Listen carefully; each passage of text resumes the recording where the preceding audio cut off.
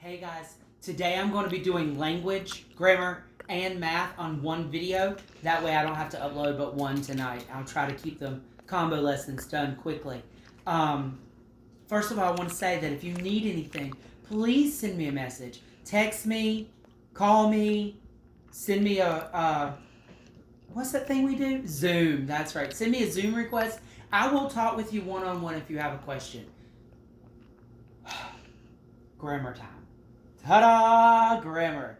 Yesterday we learned that a subject and an action verb needs a complement, something that answers who or what after that action verb. I asked you to do 272 Think See yesterday. Today I'm going to go over some of them and assign you some more work so you can see if you're on the right track. Bless her. Pepper is she wants to be on TV. Look at her. Say, hey, Pepper. Okay, back to grammar. Here we go.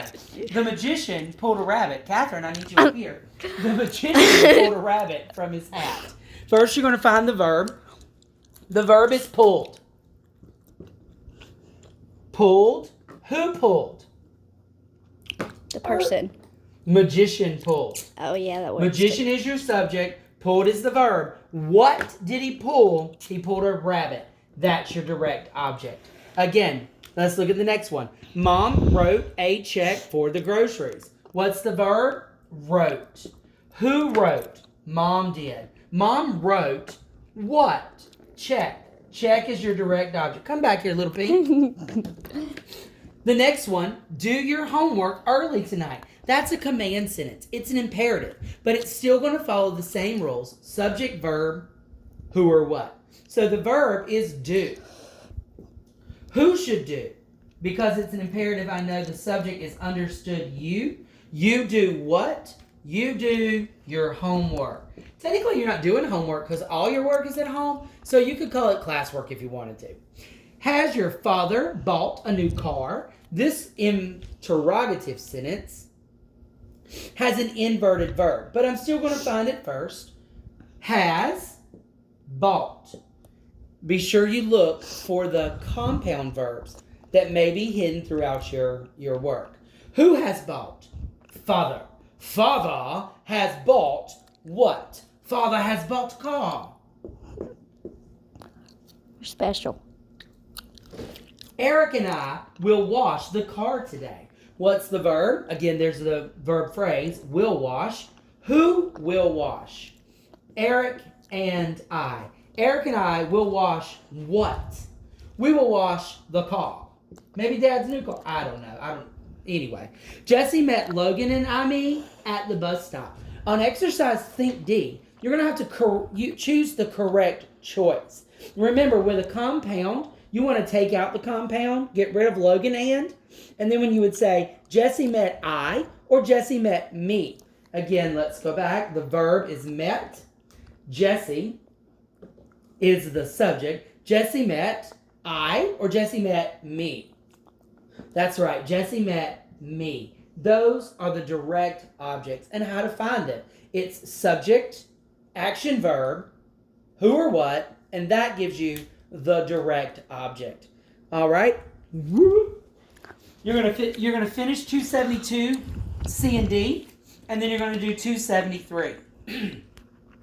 Look closely. It says the object of a preposition will never be the direct object. Nouns can only do one thing at a time. They're apparently male. So, you're going to do Think A and Think B on that page, looking carefully for compounds, interrogatives, imperatives, and all that jazz. All right, so now I'm going to do the happy eraser dance, and then we'll jump into math. Ready? Eraser dance, eraser dance, eraser dance, eraser dance. See what I have to put up with every day. Eraser dance. You guys miss me. You know you would. I've been telling you for months. You would miss me when I was gone. Where did I put my math book? I Here don't know.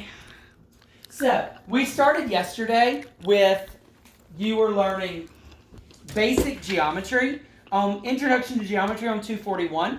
They introduced you to what geometry means. It's the study of space. A point, a line segment, a line, a ray, an angle, intersecting lines, perpendicular lines, parallel lines, and a plane. A plane. The plane. No, not an aeroplane. But a plane is a flat surface where everything exists. All right. One word I want to teach you today, your vocabulary word, is congruent. Say it with me. Congruent. You didn't say it with me. Let's do it together. Congruent. 3 times. Congruent, congruent, congruent. Luke, I need to hear you. Let's do it again. Congruent, congruent, congruent. Very good. Okay, so congruent means equal. So anytime you see the word congruent, it's going to mean equal. If they're congruent angles, they're going to be equal angles. So that leads us into geometric shapes. Page 243. It introduced you to things you already knew. Things you knew in kindergarten. Squares and triangles and octagons and all those things. Be sure you read over that again so you have a good, firm foundation with which to draw that as it gets harder. Because it will get harder. You trust me, I'm in 7th grade. Today's lesson is angles and triangles. On page 245, it says, congruent angles contain the same number of degrees. What does congruent mean? That's right, equal. Equal angles contain the same number of degrees. A right angle has a square corner. An acute angle is less than 90 degrees. An obtuse angle is the big fat one. It's more than 90 but less than 180. And straight angles is a straight line, 180 degrees. Facts about triangles. Triangles have 3 angles. The sum of those angles is 180 degrees. Right triangles have 1 right angle. Isosceles. That one's fun. Say that. Isosceles. Isosceles. Isosceles blowing a while ago with a storm. And woo. Anyway, isosceles triangles have 2 congruent sides. That's the one that's really, really tall. And then equilateral. Equal is in that word. It means the same as. So an equilateral triangle has the same as congruent sides. So today you're going to name that triangle. Name that triangle. Then you're going to answer some quick questions on the back. Some more triangle questions. Then name that shape. 2 word problems. And 1, 2, 3, 4. Count them. 4 math problems to solve. It's really not a lot of hard work. So I got good news. I'm also sending today a speed drill. So remember, they're not timed. You have all the time you need, but you do need to complete the speed drill and then have your parents submit it to me by Friday. So that is it for math and grammar. This week in spelling, you're also going to be using the vocabulary for lesson 20, 25, 26, 20 something. Hold on, I'll find it. It's over here under the Easter eggs.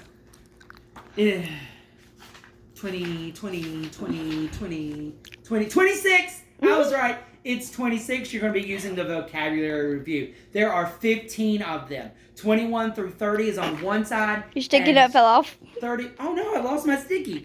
And then 31 through 35 is on the other side. Don't forget all of them. It will come in the form of a multiple choice bubble-in quiz like we did before we left. So there's that. Health, you're still reading and answering any questions you see. History, you're still reading and answering any questions you see. The questions on history and health is exactly where the quizzes come from.